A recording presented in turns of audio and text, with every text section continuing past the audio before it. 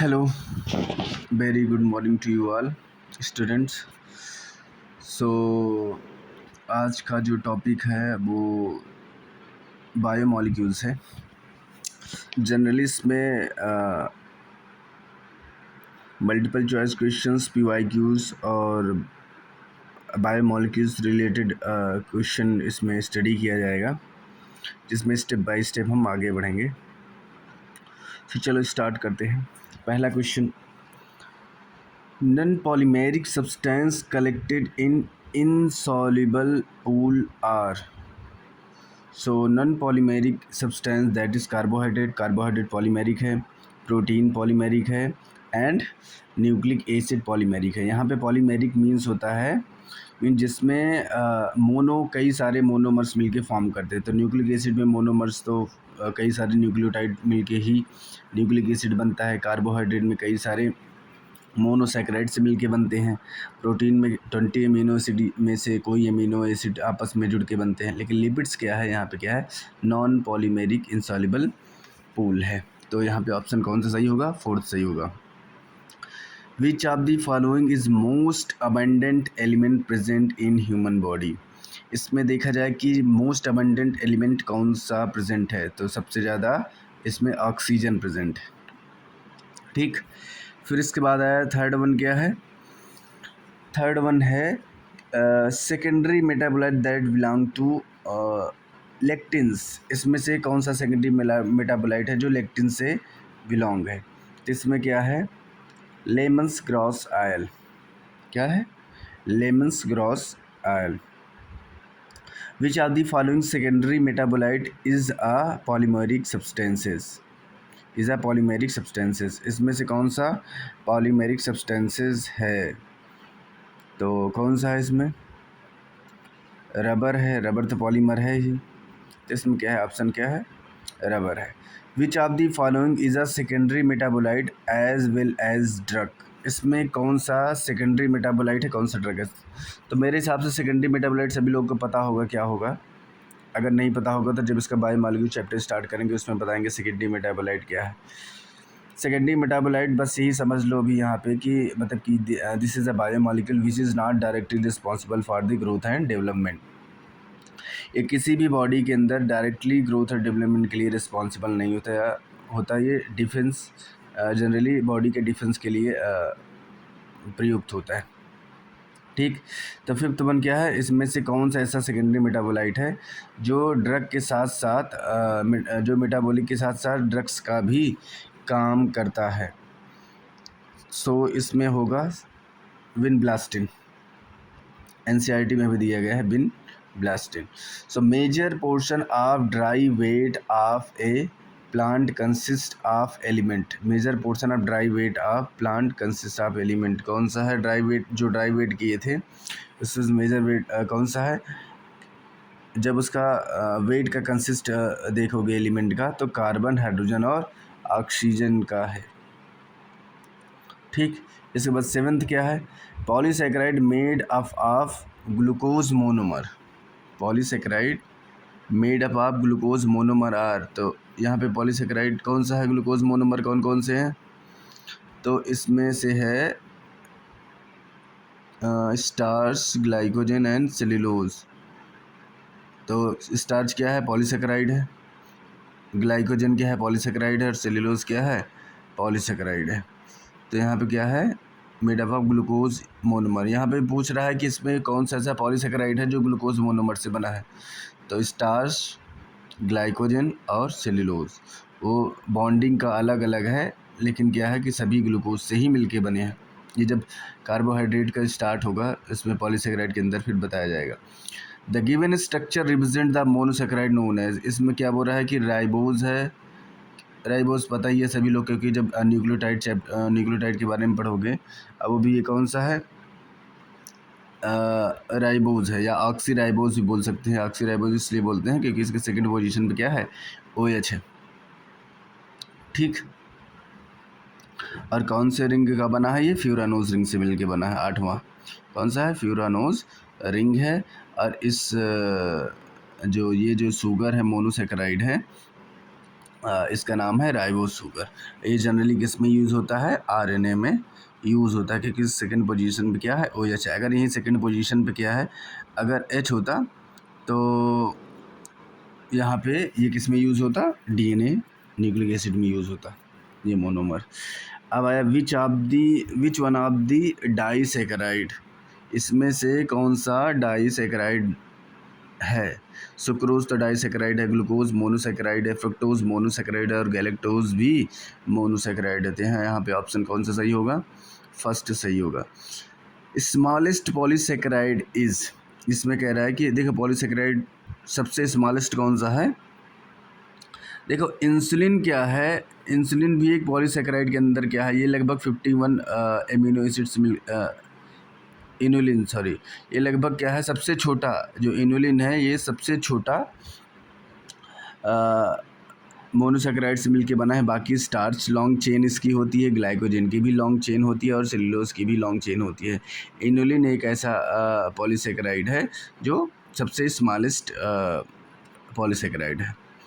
So with iodine molecules starch give a characteristics, जब इसमें अगर I2 होल्ड करते हैं किसी भी पॉलीसैकेराइड में तो उसमें कौन सा कलर इसमें कह रहा है शो करता है? ये तुम्हारे NCERT में है। I2 होल्ड जो करेगा वो हेलिक्स में जो ग्लाइकोजन के हेलिक्स में क्या होगा, ये होल्ड हो जाएगा। होल्ड होने के बाद क्या है, ये ब्लू कलर शो कर देगा। तो कौन सा इसमें ऑप्शन सही है? Second, blue colour. Cellulose is uh, यहाँ पे कह रहा है सेलुलोज क्या है? एक मोनोसैकेराइड है, मोनोसैकेराइड तो नहीं है। क्या ये डाइसैकेराइड है? डाइसैकेराइड भी नहीं है। क्या क्या है होमोग्लाइकन पेंटोजाइन है या पॉलीसैकेराइड है? तो सभी को पता है क्या है ये पॉलीसैकेराइड है। So the carbohydrate present in cotton fiber is, the carbohydrate present in cotton fiber, cotton fibre में कौन सा पॉलीसैकेराइड है? तो सेल्यूलोज है, क्योंकि जो कॉटन जो है वो क्या है, सेल्यूलोजिक होता है। ठीक, कॉटन क्या है, सेल्यूलोजिक होता है। अब आया 14, ग्लाइको प्रोटीन कंटेन। अब देखो ग्लाइको से ही पता चल रहा है कि यहाँ पे शुगर और प्रोटीन का कम्बिनेशन होना चाहिए। तो यहाँ पे क्या, प्रोटीन और कार्बोहाइड्रेट का कम्बिनेशन, ऑप्शन कौन सा सही है? फोर्थ सही है। 15, क्योंकि ग्लाइको मतलब क्या है, शुगर, और प्रोटीन का मतलब प्रोटीन, तो इसमें से देख लो, तो इसमें प्रोटीन और कार्बोहाइड्रेट कहाँ है, तो फोर्थ वन है। The repeating unit of glycogen is, मतलब कि इसमें कह रहा है कि ग्लाइकोजन का कौन सा ऐसा है जो रिपीटिंग यूनिट जो शो करता है।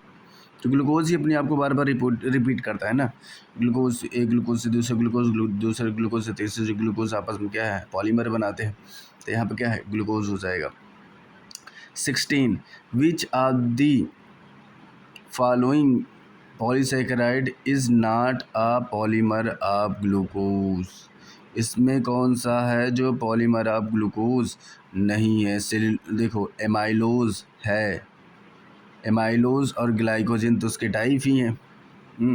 एमाइलोज भी है, ग्लाइकोजन भी है और सेलुलोज भी है। इनुलिन जो है वो ग्लूकोज का नहीं है, वो किसका पॉलीमर है? फ्रक्टोज। समझ में आया? नेक्स्ट 17 का क्या है, which of the following is the characteristics of plants, characteristics of the plant, इसमें कह रहा है कि करेक्टरिस्टिक्स ऑफ द प्लांट कौन सा है? सो करेक्टरिस्टिक्स ऑफ द प्लांट, ठीक है। देखो ग्लूकोज ह्यूमन बॉडी में भी पाया जाता है, सेलुलोज तो मान लो उसमें है। ऐसा कौन सा है जो दोनों में पाया जाता हो? तो इसमें से सेलुलोज तो जो है किस में पाया जाता है, सेलुलर प्लांट सेल में पाया जाता है, सभी लोग पता है सेल्यूलोजिक लेयर होती है। और स्टार्च तो पाया ही जाता है, क्योंकि स्टार्च बॉडी हमारी बना नहीं पाती, वो उसको हम कहाँ से कंटेन करते हैं, थ्रू दी प्लांट। ठीक है। 18 का क्या है, 18, in which of the following forms is glucose store in liver, in which of the following form, इसमें ग्लूकोज इसमें से कौन से फॉर्म में स्टोर होता है? Glucose store in the liver. तो यहाँ पे क्या है, ग्लाइकोजन के फॉर्म में क्या होता है, स्टोर होता है, ना सेलुलोज के फॉर्म में, ना स्टार्च के फॉर्म में, ना सुक्रोज के फॉर्म में। किस फॉर्म में होता है? ग्लाइकोजन के फॉर्म में लीवर में स्टोर होता है। The complex polysaccharide, the complex polysaccharide that is present in the exoskeleton of the arthropod. तो इसमें से कौन सा सही होगा? सभी को पता है ये काइटिन है एक्सोस्केलेटन में। Inulin is a polymer of, किसका है? इनुलिन इज पॉलीमर ऑफ किसका? 19। Inulin is a polymer of, बताओ इसका क्या होगा? फ्रक्टोज। पहले ही बता चुके हैं किसका? Inulin is a polymer of the fructose.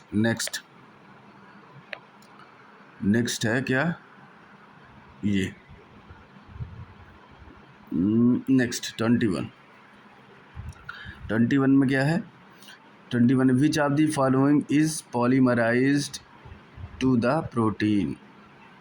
Which one of the following is polymerise to form a protein? इसमें से कौन सा है जो पॉलीमर होके, सभी को पता है पॉलीमर ऑफ एमिनो एसिड क्या है? प्रोटीन। तो यहाँ पे 21 का क्या हुआ? यहाँ पे 3, ऑप्शन क्या होगा? 3 सही होगा। इसके बाद क्या है? 22 क्या है? विच आर द मोस्ट डिजर्व मॉलिक्यूल इन द सेल? यहाँ पे पूछा है सबसे ज़्यादा मोस्ट डिजर्विंग मॉलिक्यूल्स कौन सा है? प्रोटीन। क्या है? सॉरी, डिजर्विंग नहीं। विच one of the most diverse, diverse का मतलब क्या हुआ यहाँ पे? डाइवर्स मॉलिक्यूल का मतलब क्या है? इसके 20 डाइवर्सिफिकेशन हुआ है, 20 अमीनो एसिड है ना, 20 फॉर्म है। तो मीथेन का ही तो ये क्या है? डेरिवेटिव है। जितने भी अमीनो एसिड मीथेन का ही डेरिवेटिव है। इसके क्या है? 2 आर्म्स जो हैं वो फिक्स हैं और 3 फिक्स हैं, 1 वेरिएबल है जो आर ग्रुप है। तो आर ग्रुप वेरिएबिलिटी की वजह से ही ये क्या है? इसके कई सारे डाइवर्स मॉलिक्यूल्स बन गए हैं। तो यहाँ पे क्या है? 20 अमीनो एसिड यानी 20 फॉर्म्स हैं। तो यहाँ पे कह सकते हो प्रोटीन क्या है? मोस्ट डाइवर्स है। यानी ऑप्शन कौन सा सही है? सेकेंड, 22 का सेकेंड। 23 का क्या होगा? Largest physical and chemical molecules are, largest physical and chemical molecules मतलब ऐसा कौन सा बायोकेमिकल मॉलिक्यूल? यहाँ केमिकल मॉलिक्यूल्स मतलब बायोकेमिकल, यहाँ बायोकेमिकल मॉलिक्यूल्स जो कौन सा है जो लार्जेस्ट भी है? लार्जेस्ट फिजिकल का मतलब बाई अपीयरेंस, फिजिकल देखने में भी जो फिजिकली जो लार्जेस्ट दिखता हो, और केमिकली भी वो क्या है? लार्जेस्ट है। क्योंकि कोई भी चीज़ केमिकली लार्ज है तो स्वाभाविक सी बात है कि वो फिजिकली भी लार्ज ही दिखेगा। तो यहाँ पर क्या है? पॉलीमर ऑफ दी प्रोटीन्स, है ना। कई सारे स्ट्रक्चरल प्रोटीन है जो फिजिकली कितने बड़े दिखते हैं, लाइक कोलाजन। ठीक है। 24 difference in amino acid are due to their. अब ये बताओ एमिनो एसिड में डिफरेंस क्यों है? एमिनो एसिड में एक तरफ COH ग्रुप है, एक तरफ NH2 ग्रुप है, एक तरफ H है। तो यानी ये तीनों क्या हैं? फिक्स्ड हैं। और यहाँ पे वेरिएबल नेचर का कौन सा है? R ग्रुप है।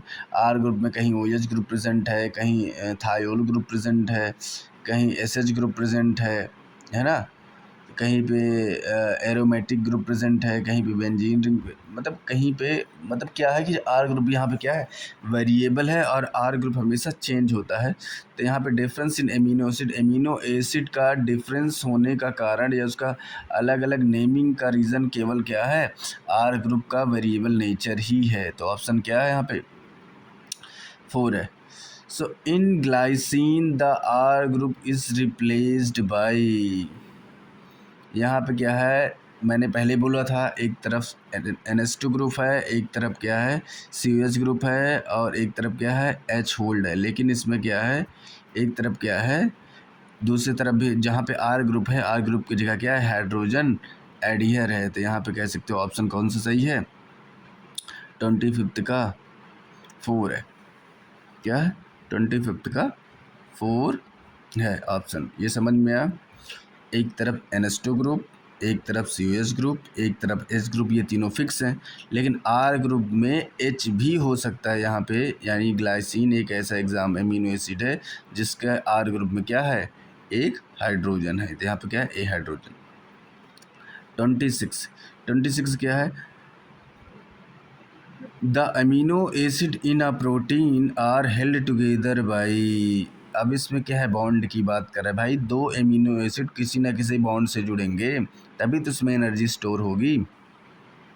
तो यहाँ पे क्या है, जब पेप्टाइड बॉन्ड है, कौन सा बॉन्ड है, सभी को पता है क्या है, पेप्टाइड बॉन्ड ही है। तो क्या है 26 का 3 peptide bond.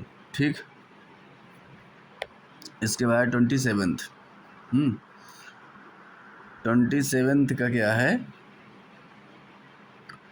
One of these is not an amino acid. इसमें से एमिनो एसिड नहीं है। देखो ट्रिप्टोफैन एमिनो एसिड है, यूरासिल क्या है, नाइट्रोजीनियस बेस है। क्या है, नाइट्रोजीनियस बेस है। लाइसिन क्या है, एमिनो एसिड है। ग्लाइसिन क्या है, एमिनो एसिड। तो ऑप्शन कौन सा सही है, ऑप्शन सेकंड सही। 28th में क्या है, example of aromatic amino acid is, मतलब कि वह एमिनो एसिड जिसके आर ग्रुप पे क्या हो, एरोमेटिक रिंग प्रेजेंट हो।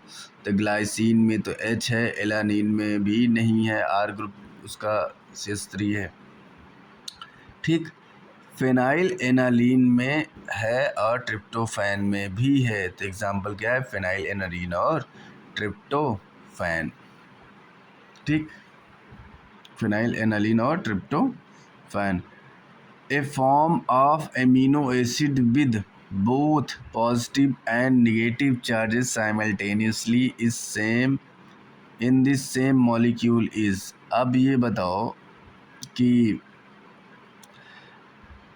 तुम्हारे NCERT में 3 तरह के, एक कैटायन फॉर्म, एक एनायन फॉर्म, एक ज्यूटरायन फॉर्म। तो कैटायन में पॉजिटिव नेचर का होगा, ज्यूटरायन में उसमें एनायन में नेगेटिव का होगा, और ज्यूटरायन में पॉजिटिव और नेगेटिव। तो यहाँ पे जो ऑप्शन होगा वो कौन सा होगा, थर्ड होगा। इसके बाद 30, the most abundant protein in the whole of the biosphere. जब बॉडी को छोड़ के पूरे बायोस्फीयर के बारे में बात करेंगे, जो अबंडेंस प्रोटीन है वो कौन सा है, रुबिस्को है। क्या है, रुबिस्को है। बॉडी के अंदर की बात नहीं कर रहा है, ये पूरे अबंडेंट बायोस्फीयर के बारे में बात कर रहा है। ठीक, बायोस्फीयर किससे मिलके बना है, बायोस्फीयर हाइड्रोस्फीयर, एटमॉस्फेयर और लिथोस्फीयर, इन तीनों का कॉम्बिनेशन क्या है, बायोस्फीयर है। तो इन तीनों के कॉम्बिनेशन में जो सबसे मोस्ट अबंडेंट जो प्रोटीन पाया जाएगा वो क्या होगा, रुबिस्को होगा। Protein which transport glucose into cell, वह प्रोटीन जो ट्रांसपोर्टेशन का काम करता है, किसका, ग्लूकोज का, सेल के अंदर, वो कौन सा ऐसा प्रोटीन है। तो glucose transportation into the cell, the protein is responsible is GLUT4। क्या है, GLUT4 ही है, एक ऐसा प्रोटीन है जो ग्लूकोज का ट्रांसपोर्टेशन करता है इनटू द सेल, सेल के अंदर। ठीक, the most abundant protein in human body, human body के अंदर कौन सा प्रोटीन ज़्यादा पाया जाएगा, वो था बायोस्फीयर में, यहाँ पे है ह्यूमन के अंदर। केराटिन तो बहुत कम, कॉन्ड्रिन भी कम, एल्ब्यूमिन भी कम, लेकिन कोलाजन क्या है, क्योंकि ये क्या है, स्ट्रक्चरल प्रोटीन है, अरे पूरे बॉडी में अबंडेंस फॉर्म में पाया जाता है, अबंडेंस रूप में पाया जाता है। So the option is second. ठीक, collagen. Beta pleated sheet occur where there are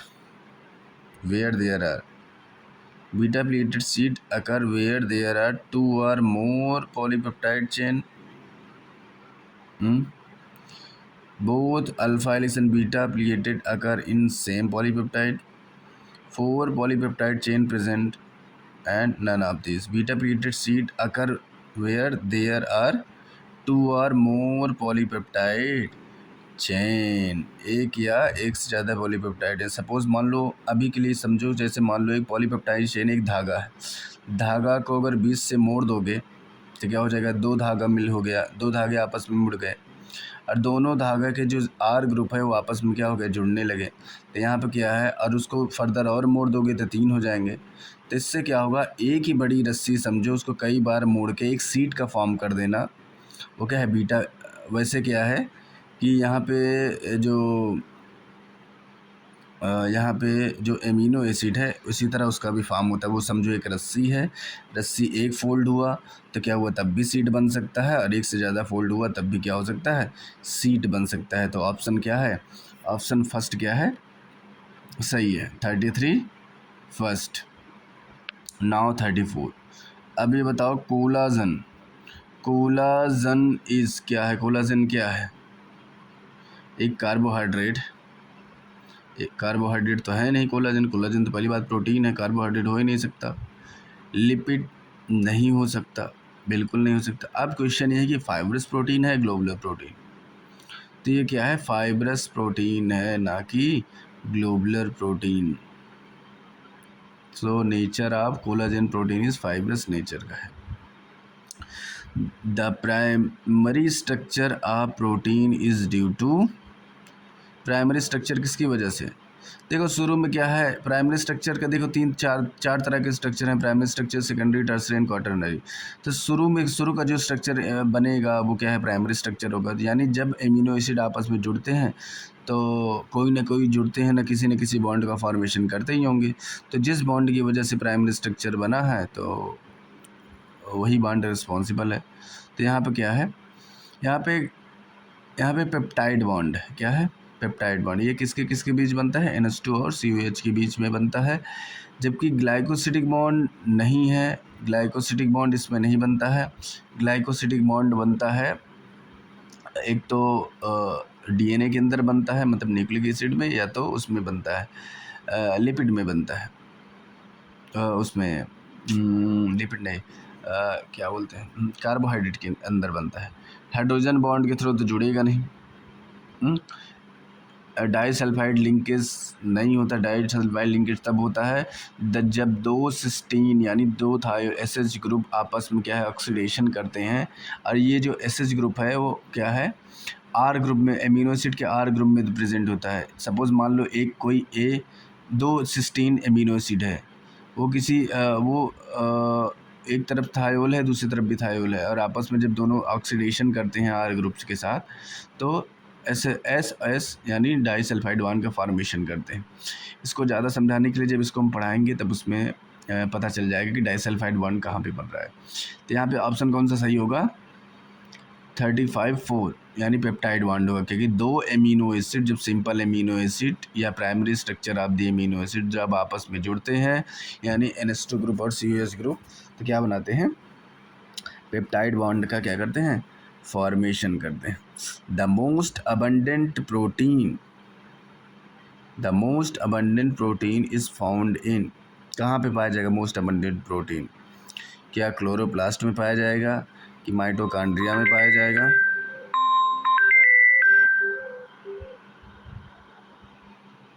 chloroplast में पाया जाएगा कि माइटोकॉन्ड्रिया में, क्या था, the most abundant protein is found in, protein सबसे ज़्यादा किस में पाया जाएगा, most abundant protein is found in chloroplast, mitochondria, liver और brain. The most abundant protein जो है वो किस में पाया जाएगा, क्लोरोप्लास्ट में पाया जाएगा, क्योंकि ये सब क्या है, ऑर्गन्स, माइटोकॉन्ड्रिया से ज़्यादा क्लोरोप्लास्ट में पाया जाएगा। तो ऑप्शन क्या है, क्लोरोप्लास्ट है। So a protein having both structural and enzymatic trait is, अब ये बताओ कौन सा ऐसा इसमें प्रोटीन है जिसका बिहेवियर जो है, या जिसके अंदर जो ट्रेट्स है, या जिसके अंदर जो करेक्टरिस्टिक्स हैं, वो स्ट्रक्चर का भी काम करता है और एंजाइमेटिक का भी काम करता है। तो कौन सा है? ट्रिप्सिन। कौन सा है?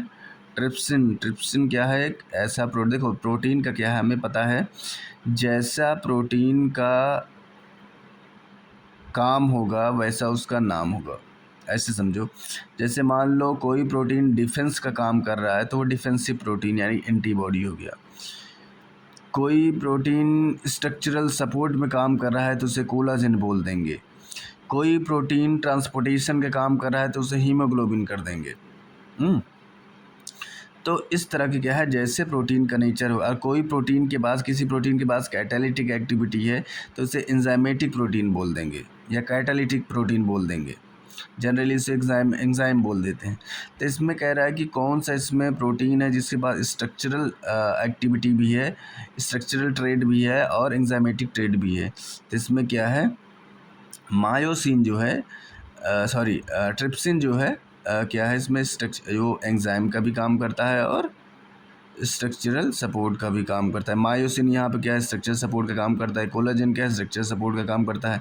एक्टिन भी क्या है, स्ट्रक्चर सपोर्ट का भी काम करता है। लेकिन ट्रिप्सिन क्या है, इसमें बोथ, दोनों का काम करता है, स्ट्रक्चर सपोर्ट और यानी स्ट्रक्चरल और स्ट्रक्चर प्रोटीन का भी काम करता है और एंजाइमेटिक ट्रेड भी इसके अंदर पाए जाते हैं। सो ट्रिप्सिन, सो ऑप्शन कौन सा सही है? 3।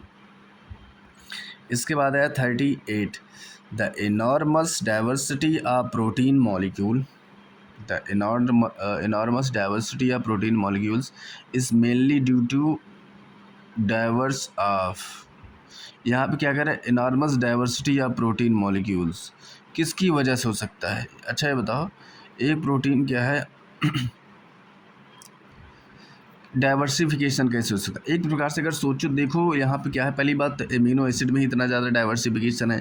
हमें पता है 20 यानी 20 तरह के एमिनो एसिड हैं, और 20 तरह एमिनो एसिड का आपस में सीक्वेंस में जुड़ना अलग अलग से, कभी कभी कोई प्रोटीन, कोई जैसे मान लो कभी एलानिन हो गया, ऐसे समझो कि अच्छा ये बताओ कि जो एमिनो एसिड्स हैं वो सभी एक साथ सीक्वेंस में, ऐसा नहीं है कि फिक्स तो है नहीं कि पहले ये जुड़ेगा फिर ये जुड़ेगा फिर ये जुड़ेगा। कोई भी प्रोटीन किसी भी सीक्वेंस में आके जुड़ सकता है, किसी भी नंबर में आके जुड़ सकता है। और ये भी पता नहीं है कोई प्रोटीन कितनी लेंथ है उसकी, उसमें कितने एमिनो एसिड की लेंथ है। तो यहाँ पे क्या है, ये 20 एमिनो एसिड जो प्रेजेंट है, इसकी वजह से क्या है, इसमें डाइवर्सिटी ज़्यादा दिख गई।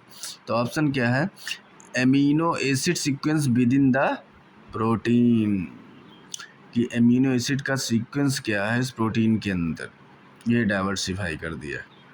पेप्टाइड बॉन्ड कोई डिफाइन नहीं करता। पेप्टाइड बॉन्ड तो हर एमिनो एसिड के बीच में, क्या चाहे कोई 20 एमिनो एसिड, कोई भी एमिनो एसिड हो, इसके बीच में क्या है, पेप्टाइड बॉन्ड तो होगा ही होगा। ठीक, तो ये चीज़ें, तो ऑप्शन कौन सा सही है? 4 सही है। So adult human haemoglobin consist of, adult haemoglobin क्या कंसिस्ट करता है? हमें पता है टोटल कितने सब यूनिट होते हैं, स्ट्रक्चर प्रोटीन में पढ़ाया गया है। टोटल के 4 सब यूनिट हैं। 4 सब यूनिट के अंदर 2 अल्फा और 2 बीटा। ऑप्शन क्या है? ऑप्शन 3 क्या है? सही है। ठीक, नेक्स्ट।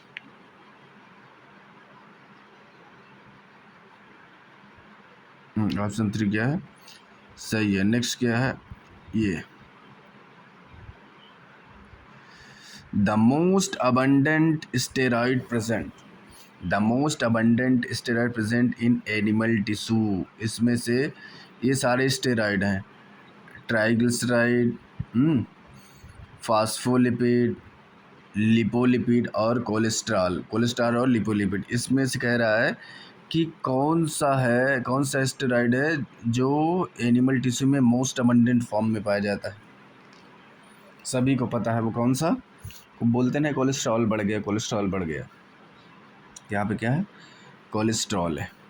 ठीक, तो वेजिटेबल आयल, वेजिटेबल आयल क्या है? सभी को पता, क्या sodium salt of higher fatty acid? नहीं।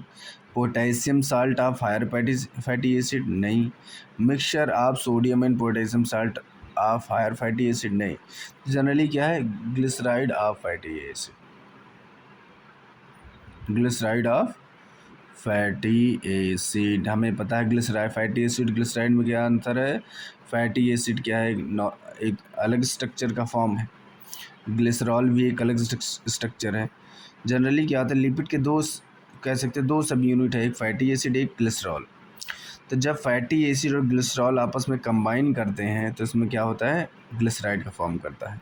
तो ग्लिसराइड ऑफ फैटी एसिड, तो इसमें क्या है? वेजिटेबल ऑयल्स और ग्लिसराइड है, क्या है? ग्लिसराइड है, वो भी किसका? फैटी एसिड का। तो 41 का क्या है? 4। Now triglyceride are fatty acid ester. Triglyceride क्या है? ट्राईग्लिसराइड मतलब क्या है? ट्राईग्लिसराइड में क्या है? एक ग्लिसरॉल होगा और 3 फैटी एसिड होगा। Ester of glycerol which are formed by esterification, यहाँ पे क्या होगा? Esterification, esterification of fatty acid के कितने मॉलिक्यूल होंगे? 3 होंगे। यहाँ पे क्या है? क्योंकि पता है एक ग्लिसरॉल है और 3 फैटी एसिड है, तो यहाँ पे क्या है? Form esterification of 3 molecule of fatty acid and 1 molecule of glycerol. तो ऑप्शन कौन सा सही है? 3 सही है। एग्जाम्पल देखना है तो ट्राईग्लिसराइड का एग्जाम्पल है NCERT में, ये समझ में आया?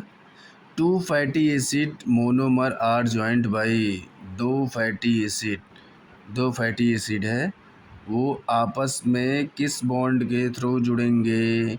2 फैटी एसिड आपस में ईस्टर बॉन्ड के थ्रू ही जुड़ेंगे, यानी 43 का 4।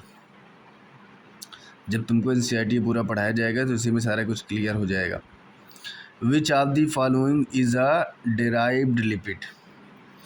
डेराइव्ड लिपिड का मतलब क्या है? सिंपल लिपिड, एक सिंपल लिपिड हुआ और उसी सिंपल लिपिड से कुछ एडिटिव उसमें ऐड होके वो क्या हो जाते हैं? डेराइव्ड हो जाते हैं। सिंपल लिपिड और कॉम्प्लेक्स लिपिड में या कुछ एक्सटर्नल फंक्शनल ग्रुप जुड़ जाते हैं तो क्या है? डेराइव्ड हो जाएंगे। जनरली सिंपल से ही डेराइव्ड बनता है, ठीक। तो यहाँ पे क्या है? 44। तो यहाँ पे क्या है? स्टेरॉइड, यहाँ पे क्या है? डेराइव्ड लिपिड है, क्या है? डेराइव्ड है, ना क्यूटिन ना वैक्स ना स्यूबेरिन, ठीक। तो यहाँ पे steroid is a derived lipid. Now 45, cholesterol is a, cholesterol यहाँ पे क्या है? क्या कोलेस्ट्रॉल फास्फोलिपिड है? नहीं। क्या कोलेस्ट्रॉल वैक्स है? क्या कोलेस्ट्रॉल स्टेरॉइड है? हाँ, कोलेस्ट्रॉल स्टेरॉइड का ही, कोलेस्ट्रॉल स्टेरॉइड के अंदर ही स्टेरॉल होता है, स्टेरॉल के अंदर का पार्ट क्या है? कोलेस्ट्रॉल है, टाइप ऑफ स्टेरॉल है कोलेस्ट्रॉल। 4th ट्राईग्लिसराइड तो नहीं, तो इसमें ऑप्शन कौन सा सही होगा? ऑप्शन क्या होगा? 3rd सही होगा, ठीक। Now term about the 46, the cholesterol molecule is, पहले से मैंने पहले बोला था कि कोलेस्ट्रॉल स्टेरॉइड के अंदर स्टेरॉल के अंदर कोलेस्ट्रॉल। तो यहाँ पे 46 का जो ऑप्शन क्या है? वो 4th है। क्या है? 4th option. तो कोलेस्ट्रॉल क्या है? स्टेरॉल है।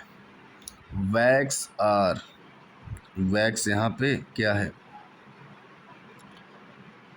Wax ester of fatty acid and alcohol other than glycerol. यहाँ पे क्या है? Ester of fatty acid and alcohol other than glycerol, यानी ग्लिसरॉल के बजाय एल्कोहल और फैटी एसिड में जो ईस्टर बॉन्ड है वो क्या है? वैक्स। लेसिथिन, अब यहाँ पे लेसिथिन क्या है? ट्राईग्लिसराइड, क्या है? ट्राईग्लिसराइड है कि नहीं? तो यहाँ पे क्या है कि ये पूछ रहा है कि लेसिथिन क्या है? क्या ये सिंपल लिपिड है? क्या ये सिंपल लिपिड है? नहीं, सिंपल लिपिड तो नहीं है। क्या ये डेराइव्ड लिपिड है? नहीं, डेराइव्ड लिपिड तो स्टेरॉल है। क्या है? डेराइव्ड लिपिड क्या है? स्टेरॉल है, ठीक, स्टेरॉल है। तो ये क्या है, एक फॉस्फोलिपिड है। क्या है, फॉस्फोलिपिड है। एनसीईआरटी में तुम यहाँ पे नीचे देखो 49 में देखो कि देखो जो फर्स्ट है R1 R2 और ये जो नीचे R3 है, तो यहाँ पे देखो क्या है, एक फॉस्फेट ग्रुप है, यानी ये फॉस्फेट ग्रुप है सबसे नीचे वाली लाइन पे फॉस्फेट ग्रुप है। इसके साथ क्या है, ये N करके जो NH3 करके है, ये क्या है, यहाँ पे क्या है, फॉस्फेट कंटेनिंग फंक्शनल कोई ग्रुप है। ये कोई ग्रुप है जो फॉस्फेट ग्रुप ऐड हुआ है, जो जाके किससे ऐड हुआ है, जाके ईस्टर बॉन्ड का फॉर्मेशन कर रहा है इस फंक्शन ग्रुप से। ठीक, तो यहाँ पे क्या है 48 का ऑप्शन है 3, और यहाँ पे क्या है 49 का ऑप्शन क्या कह रहा है, the given structure formula is correctly identified along with its related function by which are the following option. तो इसमें से तुमको फॉलोइंग ऑप्शन को रिकॉग्नाइज करना है। रिकॉग्नाइज में क्या है, कोलेस्ट्रॉल, क्या ये कोलेस्ट्रॉल है, एक component of animal cell membrane? नहीं, ये क्या है, लेसिथीन का स्ट्रक्चर है, एनसीईआरटी में भी दिया गया है, एक component of the cell membrane. बिल्कुल लेसिथीन जो है, सेल मेम्ब्रेन जो फ्लूइड मोज़ाइक मॉडल पढ़े होंगे उसमें भी क्या है, लेसिथीन का स्ट्रक्चर इसमें है। ठीक, तो ऑप्शन कौन सा सही है, ऑप्शन सेकंड सही है। Now terms about the nucleic acid.